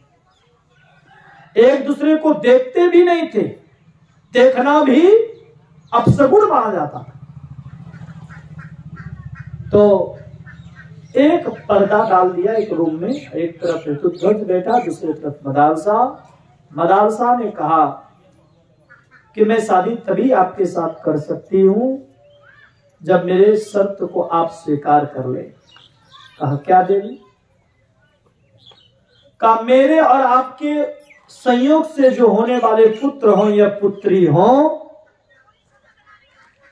उस पर मेरा अधिकार रहेगा। जैसा मैं संस्कार देना चाहूं वैसा संस्कार देने में मैं सक्षम हो सकूं। ऋतुध्वज ने कहा ऐसा क्यों? तब मदालसा ने कहा कि कहीं दुराचारी पुत्र, शराबी, कबाबी, अत्याचारी, व्यभिचारी पुत्र ने जन्म ले लिया तो मेरा जन्म देना निरर्थक हो जाएगा। पलटू साहब ने कहा जननी रहे तो बांझ, पैसा कट ना जने, होते बरु मरी जाए, जिये से ना बने, पुत्र से भला मदार फिरे ना दोष में। अरे हारे पलटू, पुत्र बंत भक्त हुई जही कोख में। वो माता पिता धन्य है, वो परिवार धन्य है, वो समाज धन्य है, वो राज्य धन्य है और वो देश धन्य है। जिस देश में, जिस राज्य में, जिस समाज में, जिस परिवार में और जिस माता पिता का बेटा बेटी भगवान का भक्त या भक्ति हो, वो वसुंधरा पवित्र हो जाती है। इसलिए मदालसा ने कहा कि कहीं हमारे आपके संयोग से यदि गलत पुत्र पुत्री का जन्म होगा, संस्कारहीन पुत्र पुत्री का जन्म हुआ तो मेरा उद्र अपवित्र होगा। भगवान राम ने भी कहा ना, भगवान श्री राम ने कहा ना तरु बांझ भल बादी बियानी, राम विमुख सुत ते हित जानी। राम से विमुख पुत्र जन्माना व्यर्थ है, इससे तो अच्छा है बांझ ही रहना, ऐसा कहा। तो मदालसा ने मदालसा की बात को सुन करके ऋतुध्वज ने कहा कि देखो तुम भी धर्मपरायण हो तो मैं भी धर्मपरायण हूं। भला तुम्हारे मेरे संयोग से कैसे गलत पुत्र पुत्रियों का जन्म हो सकता है? फिर भी यदि तुम्हारी इच्छा है तो मैं इस शर्त स्वीकार करता हूं। मदालसा के शर्त को स्वीकार किया गया, शादी हुई और शादी होने के बाद उन्होंने 4 पुत्रों को जन्म दिया। पहले पुत्र को जो जन्म दिया आज के तरह लोरी नहीं सुनाते, गोद में लिया वो भी लोरी सुनाते थे, लेकिन कौन सी लोरी बता दो? शुद्धोसी बुद्धोसी निरंजनोसी संसार माया परिवर्जितोसी, संसार स्वप्नम त्यज मोह निद्राम, मदालसा वाक्य मुवाच पुत्रम। हे पुत्र तू शुद्ध है, तुम तो बुद्ध है, तुम तो परम पिता परमात्मा के संतान हो। हे बेटा तुम ये संसार में एक मुसाफिर बन करके आए हो, रहना नहीं, ये देश बिराना है। बेटा इस संसार को छोड़कर एक न एक दिन जाना है, लेकिन संसार से कुछ भी लेकर के नहीं जाओगे। तुम्हारे जीवन का लक्ष्य, तुम्हारे जीवन का कर्तव्य, तुम्हारे जीवन का ध्येय, तुम्हारे जीवन का कर्तव्य है, प्राप्तव्य है तो मात्र एक ईश्वर का चिंतन, ईश्वर की भक्ति। इसलिए बेटा तुम्हें रोना नहीं है, साहसी बनना है, मर्द बनना है, पुरुषार्थी बनना है, अपने जीवन के कर्तव्य पथ पर आगे बढ़ना है। इसलिए रो मत। कभी बच्चा हंसता था तब भी शिक्षा मदालसा देती थी। आज के तरह ये एल्सन बेल्सन कुम्हार का चाक बड़ा शिक्षा नहीं देती, मदालसा ने इस तरह शिक्षा दी। और इस तरह 3 बेटा को साधु बना दी। यानी होश समझता था, उसको लगता था संसार जब अपना नहीं है, ड्रामा इतना दिन छोड़कर जाना है, जीवन का कर्तव्य ईश्वर की भक्ति है। मदालसा कहते कि आया जहां से सैर करने, हे मुसाफिर तो यहाँ था, सैर करके लौट जाना, युद्ध तुमको फिर वहां शहर करना भूल कर निज घर बनाकर टिक गया। अरे याद कर अपने देश की प्रदेश में क्यों रुक गया। बेटा ये संसार तुम्हारे लिए प्रदेश है, रहना नहीं ये देश बिराना है। ये दुनिया दिनचारी बसेरा, यहाँ न मेरा तेरा रे, मेरा तेरा दो यम के हाथे पकड़े पकड़े जिन गेरा रे, मैं मेरा तय तेरा, ये संसार का लोक व्यवहार है। वस्तुतः ये संसार में किसी का कोई अपना नहीं है, ये जगत है रैन का सपना। इसलिए बेटा अपने लक्ष्य की ओर बढ़ो। ये संसार का रिश्ते नाते संबंध सिर्फ दिखावट मात्र है, ये शाश्वत सुख देने वाला नहीं है। शाश्वत सुख, शाश्वत शांति, शाश्वत आनंद यदि कहीं है तो बाह्य जगत से हटक करके अपने अंदर में चलने में आनंद है। मदालसा ने शिक्षा दी, 3 बेटा साधु बन गया। सोचिए कितनी माता पिता को, पिताजी को कितनी चिंता होने लगी। उसको लगा कि 3 बेटा को साधु बना दिया, अब चौथा पता नहीं क्या होगा। तब एक दिन ऋतुध्वज हाथ जोड़ करके खड़े हो गए सामने में और कहा कि देवी यदि तुम इस तरह सबको साधु ही बना दोगी तो इतना बड़ा राजकाज में कैसे चलेगा। मदालसा ने कहा कि नहीं नाथ, चौथे बेटा को मैं साधु बनाऊंगी, लेकिन गृहस्थ साधु बनाऊंगी। गृहस्थ में विरक्त। साधु किसको कहते हैं? दाढ़ी मुछ बढ़ा लो, कपड़ा रंगा करके पहन लो, इसी को साधु कहते हैं। ये साधु का परिचय। चाहे घर गृहस्थी में रहे, बाल बच्चों के बीच भी रहे, लेकिन साधना करके और साधुता का व्यवहार अपने जीवन में उतार लिया तो असल में वो साधु है। किसी भी देश में ये कपड़े से कोई साधु नहीं होता, कर्म से साधु होना चाहिए। मदालसा ने चौथे बेटा को शिक्षा दी। राजन कुर्वन् सुहृदयो नंदेशाः साधु रक्षंस ताते जैसाः। कहा बेटा प्रसन्नता से राज करो, लेकिन याद रखना प्रजा के सुख को ही अपना सुख समझना। देखिए क्या शिक्षा दी मदालसा ने। ऐसा नहीं कहा कि प्रजा का खून चूस चूस करके अपना पेट भरना, ऐसा नहीं कहा। मदालसा ने कहा असल राजा वो होता है जो प्रजा की सेवा में संलग्न रहता हो। गोस्वामी जी ने भी कहा मुखिया मुख सो चाहिए, खान पान को एक, पाले पोसे सकल अंग, तुलसी सहित विवेक। मुखिया कैसा होना चाहिए? मुंह के तरह, जैसे मुंह में अन्न डालते हैं सब अंग प्रत्यंग शक्ति प्रदान करता है, वैसे ही मुखिया राजा मालिक का कर्तव्य है किसी के साथ पक्षपात नहीं करे। लेकिन बेटा याद रखना, राज काज करते हुए गौ ब्राह्मणों की रक्षा करना, साधुओं की सेवा करना, संतों की संगति में बैठना, सत्संग सुनना और आत्मचिंतन करना, गुरु से युक्ति जानकर भजन करना। इतना ही नहीं बेटा, 7 पापों से बचकर रहना। देवतांच मध्यम पिसितम च वस्याः पापादि चौर्यम परदार सेवा, एतानि सप्तानि वैष्णानि लोके घोराति घोरम नरकम नयन्ति। 7 पापों से बचकर रहना।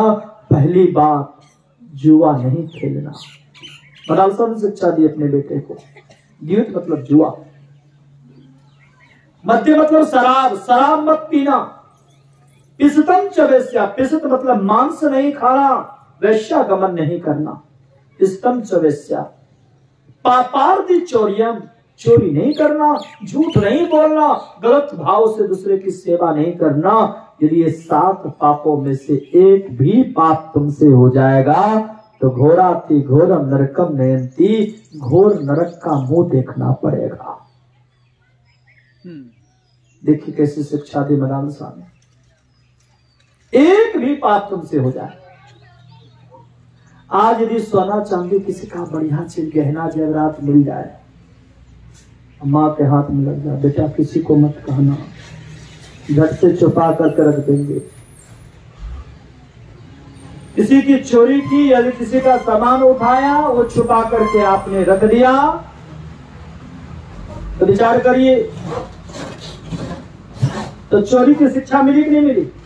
एक बार गलती की बच्चों ने, आपने कोई ख्याल नहीं किया, आपने ध्यान नहीं दिया, परिणाम तो पहली गलती पर उसे कोई दंड नहीं मिला, दूसरी गलती करेगा, फिर तीसरी, फिर चौथी, फिर पांचवी, एवं प्रकार से गलती पर गलती करता जाएगा। आज तो घर में चोरी किया, कल दिन बाहर चोरी करेगा, डाका डालने वाला एक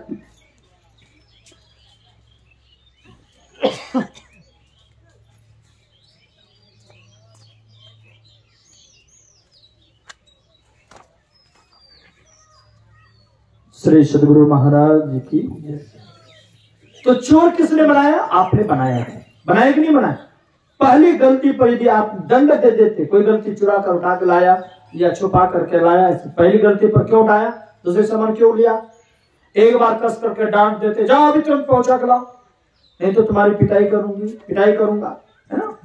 तो पहली गलती पर दंड देते तो कभी वो चोर नहीं बनता। इसलिए मदान शाह ने अपने बेटा को सतर्क किया कि 7 पापों में से एक भी पाप तुमसे हो जाएगा तो घोराती घोर नरकम नयंती, घोर नरक का मुंह देखना पड़ेगा। मदान शाह ने शिक्षा दी।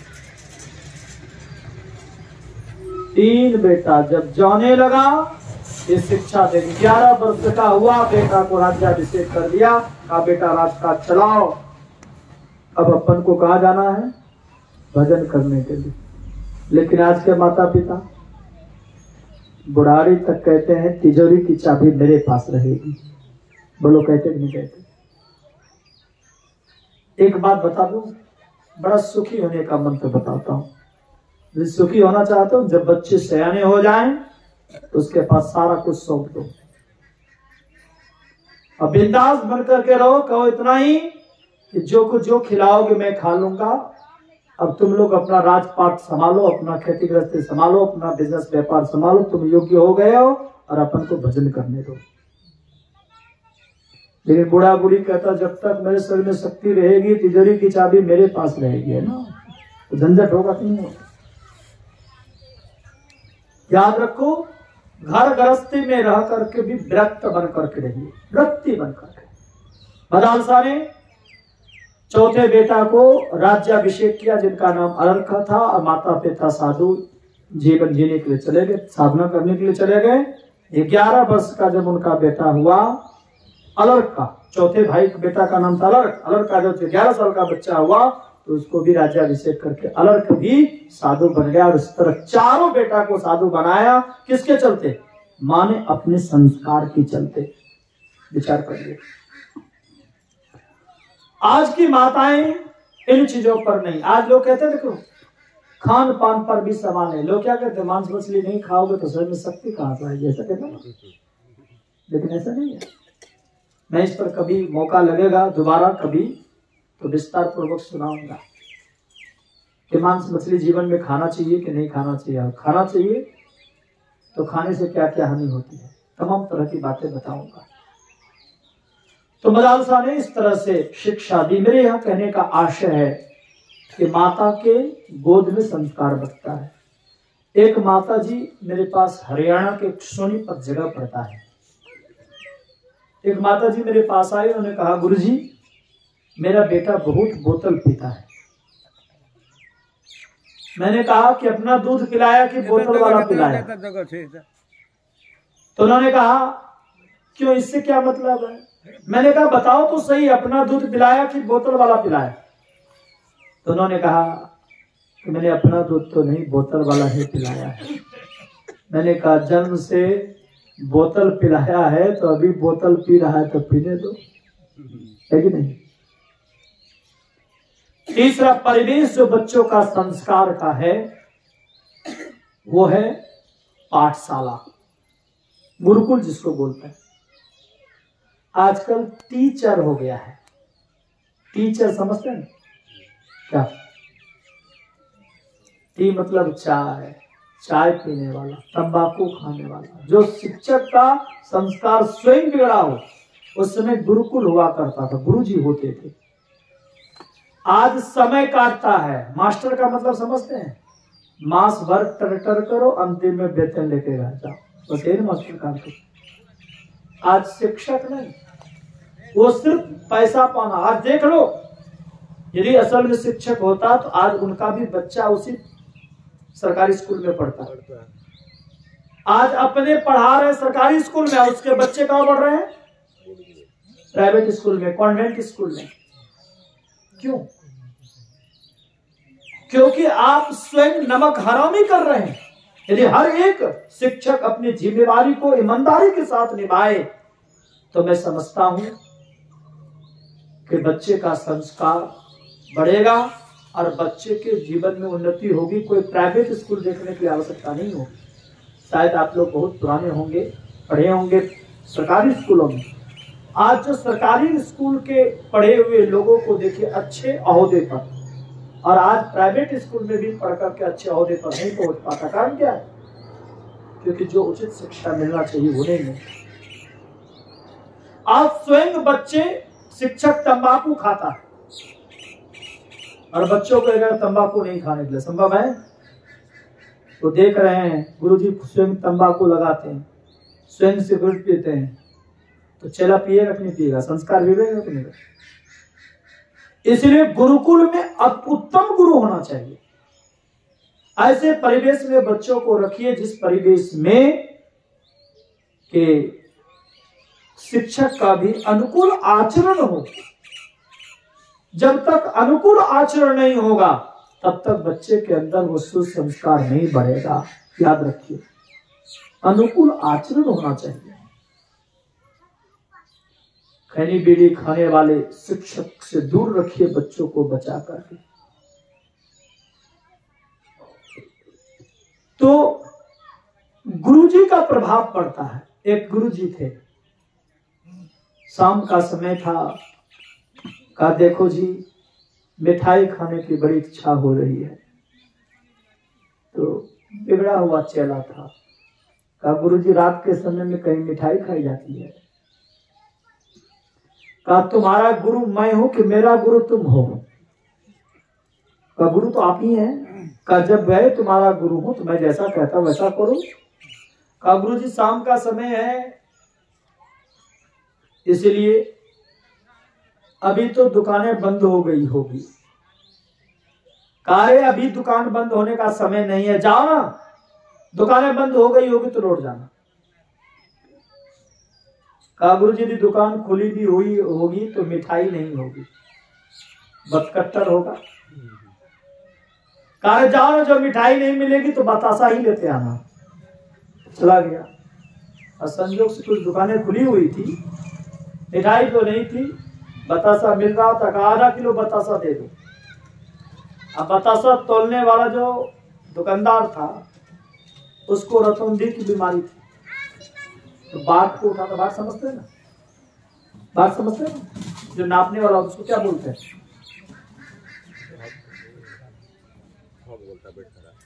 बटखरा। वो बटखरा जो है उठाया, पहले 1 किलो वाला उठाया, फिर रख दिया, फिर आधा किलो वाला उठाया। तो चेला जो था बड़ा तेज तरह बुद्धि का था, उसको समझने में देर नहीं लगी। ये टटोल रहा है, इसका मतलब इनको ठीक से दिखाई नहीं दे रहा है, रतौंधी बीमारी है इसको। तो आधा किलो का बाट चढ़ाया और उधर बतासा चढ़ाने लगा। धीरे धीरे क्या किया, चेला ने उंगली रखा, आधे किलो का बाट उतार करके 1 किलो चढ़ा दिया। तो आधा किलो का पैसा दिया और 1 किलो बतासा लेकर आ गया। और जैसे दुकानदार से निकला तो खुशी का सरगम शुरू हो गया। सारे गारे गामा गामा पामा पाधा पाधानी धानी सा सानी धानी धापा, गुरुजी गुरुजी गुरुजी, पूरा संगीत गाते हुए आया। तो गुरुजी ने कहा रे तुम बड़ी प्रसन्नता के साथ संगीत गा रहे हो, क्या बात है? कहा गुरुजी जानते हैं आज तो मैंने अजब काज कर दिया। तो कहा क्या कर दिया? तो आधे किलो का पैसा दिया और 1 किलो का बतासा लिया है। कहा वो कैसे? सारी कथा का सुनाए। गुरुजी ने एक मुक्का पीठ पर उसके कस करके दिया। कहा गुरुजी आधा किलो के पैसा में 1 किलो बतासा भी लाए और उस पर एक मुक्का फ्री। ऐसा क्यों? कहा मूर्ख, जब तुम जाना कि उसको रतौंधी की बीमारी है तो आधा किलो का बाट उतार कर तुमको 1 किलो का तो जा 5 किलो का चढ़ाता तो 5 किलो बतासा होता। सोचो, जिसका गुरु बिगड़ा हुआ रहेगा तो चेला सुधरेगा। इसलिए बिगड़े हुए गुरुओं के पास नहीं, सच्चे गुरु मिल जाएं, शिक्षा में भी सच्चे शिक्षक मिल जाएं तो उस बच्चे का संस्कार जरूर बनेगा। कई तरह की बातें हैं। तो सबसे पहला रहनी गहनी से, परिवेश से, गोद में आने से और माता के ओदर में, तमाम तरह से संस्कार बनता है। ये हम आपको डिसीजन लेना, हम आपको ये निर्णय करना है कि हम अपने बच्चे को किस तरह बनाना चाहते हैं। बच्चा का जीवन एक मिट्टी का लोंदा है, जैसा रूप देना चाहेंगे वैसा होगा। और गुरु क्या है? गुरु एक छेनी हथौड़ी के सदृश है। जैसे पत्थर को आप लोगों ने देखा ना, पत्थर जैसे तैसे होता, लेकिन जब वही पत्थर किसी कलाकार के हाथ में चला जाता है और अपनी कलाकृति उधेड़ डालता है तो फिर उसकी पूजा होने लग जाती है। होती कि नहीं होती? पत्थर है और किसी कलाकार ने काली माँ का रूप दे दिया, दुर्गा माँ का रूप दे दिया, शिव जी का रूप दे दिया, तो उसकी पूजा होती कि नहीं होती? लेकिन किस पत्थर की पूजा होती है? जिस पत्थर ने छेनी हथौड़ी के मार को सहा।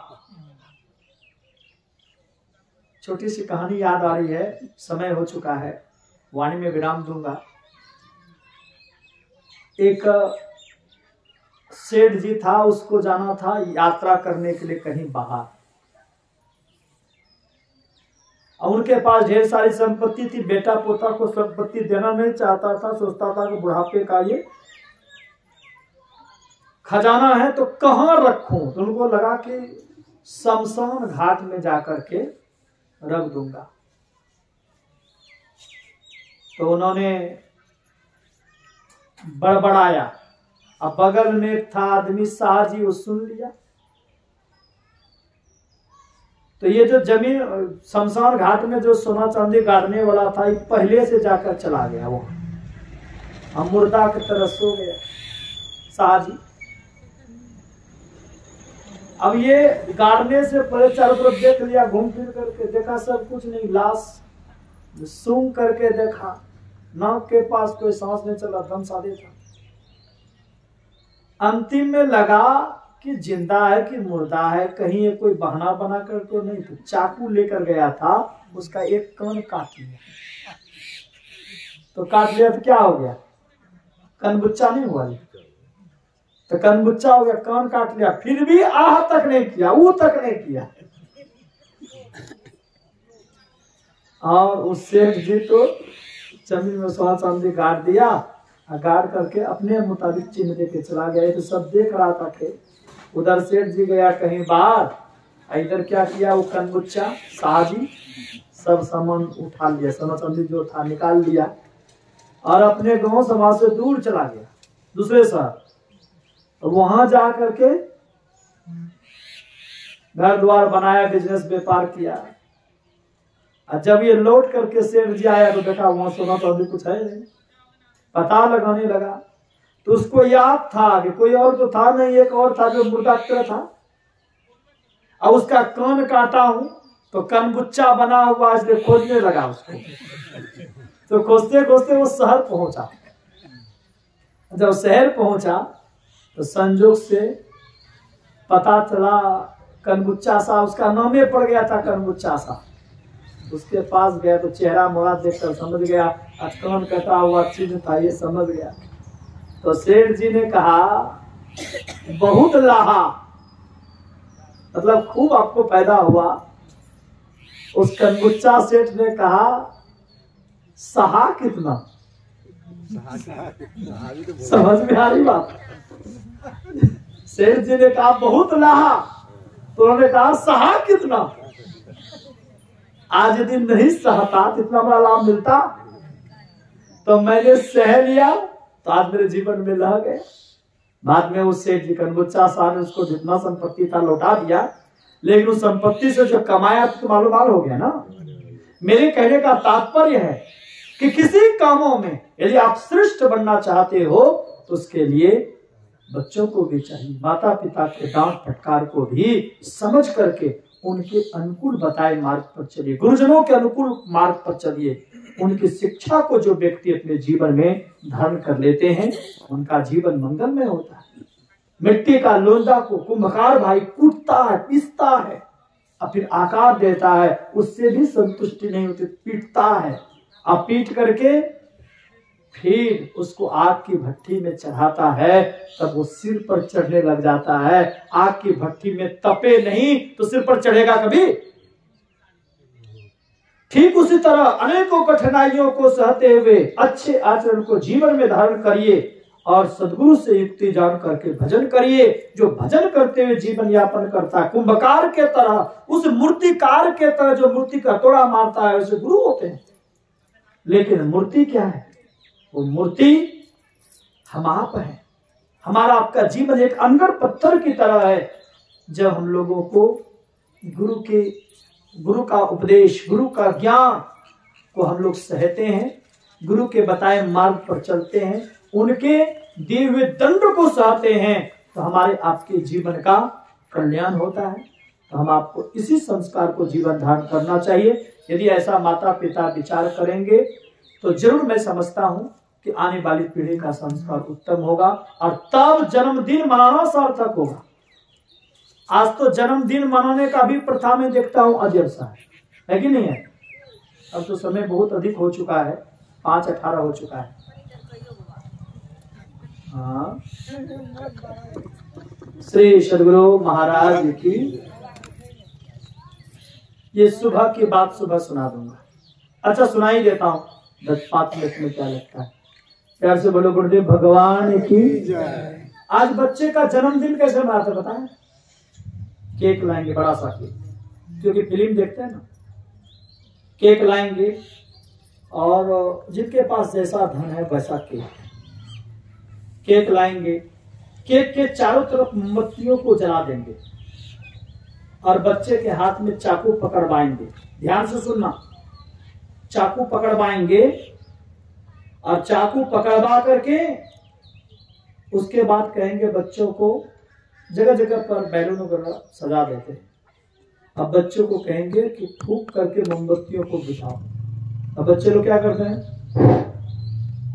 फूंक फूंक करके मोमबत्तियों को बुझाते हैं और बड़े लोग या बच्चे सयाने हैं तो अपने से केक काटते हैं और सब लोग ताली बजाते हैं। ये हिजड़े की तरह ताली बजाते हैं और लोग क्या कहेगा? Happy birthday to you. इनका तो जी ये जन्मदिन मनाना हुआ।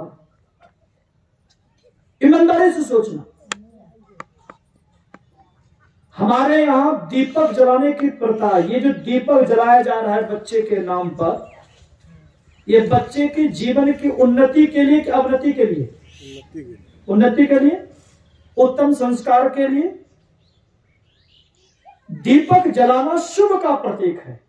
दीपावली में लोग दीप जलाते हैं ना, यहाँ दीपक दीपावली मनाते नहीं मनाते? बोले बोले भगवान की जय। दीपक क्यों जलाते हैं? अमंगल का हनन हो, अमंगल प्रवेश करे, यही चाहते हैं। अब बच्चा विचार करिए, बच्चों का जन्मदिन मना रहे हैं कि शोक मना रहे हैं? हमारे यहाँ की संस्कृति है तमसोमा ज्योतिर्गमय, अंधकार से प्रकाश की ओर चलो। कभी आप लोगों ने सुना प्रकाश से अंधकार की ओर चलो? बच्चे का जन्मदिन मना रहे भाई, और जन्मदिन मनाने हिजड़ा के तरफ ताली बजा करके मोमबत्ती फूक फूक करके दीपक को बुझा देते हो, तो बच्चे के जीवन में संस्कार बनेगा? कभी नहीं। मतलब ये भगवान से प्रार्थना कर रहे हो कि प्रभु इस बच्चे के जीवन से सदा सदा के लिए खुशी रूपी प्रकाश, सुसंस्कार रूपी प्रकाश मिट जाए, अमंगल का हनन करने वाला प्रकाश मिट जाए। यही चाहते हो? चाहते ये? ऐसे यदि नहीं चाहते तो कभी भी बच्चों के जन्मदिन पर दीपक बुझाने का काम नहीं, बल्कि दीपक जला करके भगवान से प्रार्थना करो, हे प्रभु जिस तरह इस दीपक से रोशनी हो रही है, इसी तरह मेरे बच्चे के अंदर ज्ञान का दीपक जले, संस्कार का दीपक जले, मेरे बच्चे का जीवन कीर्तिमान हो, मेरे बच्चे के जीवन में आध्यात्मिक उन्नति हो, ऐसे प्रभु से प्रार्थना करनी चाहिए। अच्छा एक बात बताओ, इस तरह जो केक काट करके, मोमबत्ती बुझा करके, बैलून को फोड़ कर जो बच्चे का जन्मदिन मनाते हैं, इससे किस देवी देवताओं का आशीर्वाद बच्चे को मिलता है? किस देवी देवताओं का? बोलिए। मोमबत्ती बुझाने से, केक काटने से, बैलून फोड़ने से, ये हिजड़े की तरह ताली बजा करके बच्चों का जन्मदिन मनाने से किस देवी देवताओं की पूजा हुई? पश्चिम देश का पूजा हुआ। जब किसी देवी देवताओं की पूजा नहीं हुई, आराधना नहीं हुई, उपासना नहीं हुई, तो किसी देवी देवताओं का या भगवान का आशीर्वाद मिलेगा उसको? तो ऐसा बच्चे का जन्मदिन मनाने से क्या फायदा? सबसे उत्तम तरीका है बच्चे का जन्मदिन मनाने का, वो है ज्ञान यज्ञ। कौन सा तरीका है?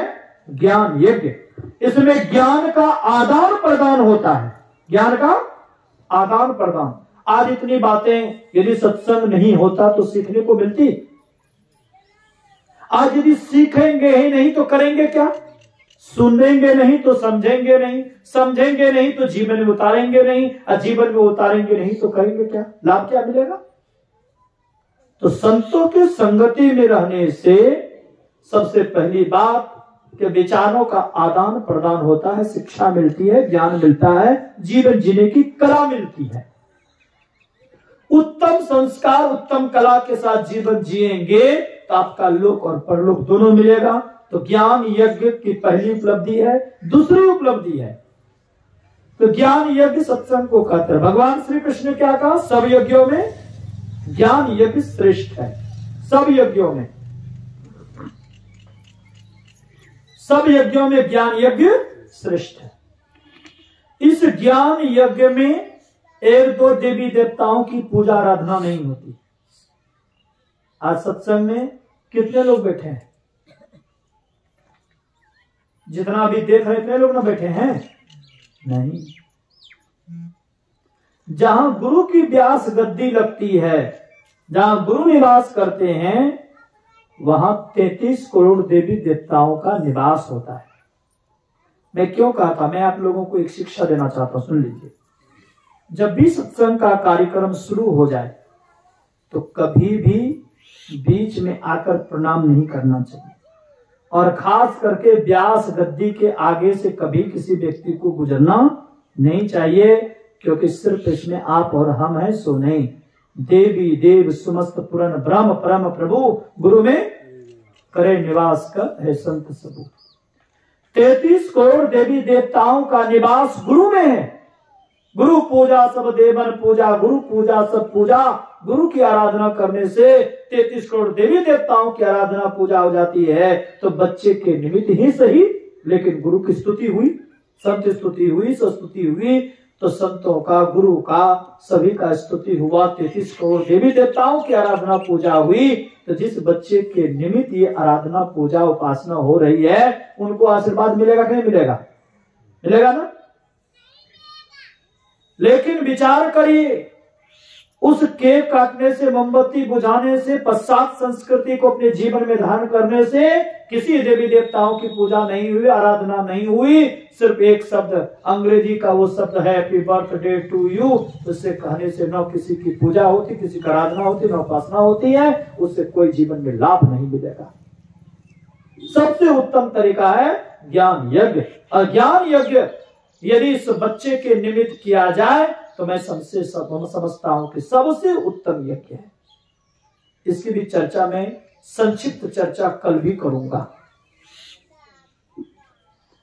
दूसरी बात कि ज्ञान यज्ञ सबसे उत्तम तरीका नहीं है तो कर्मकांड यज्ञ।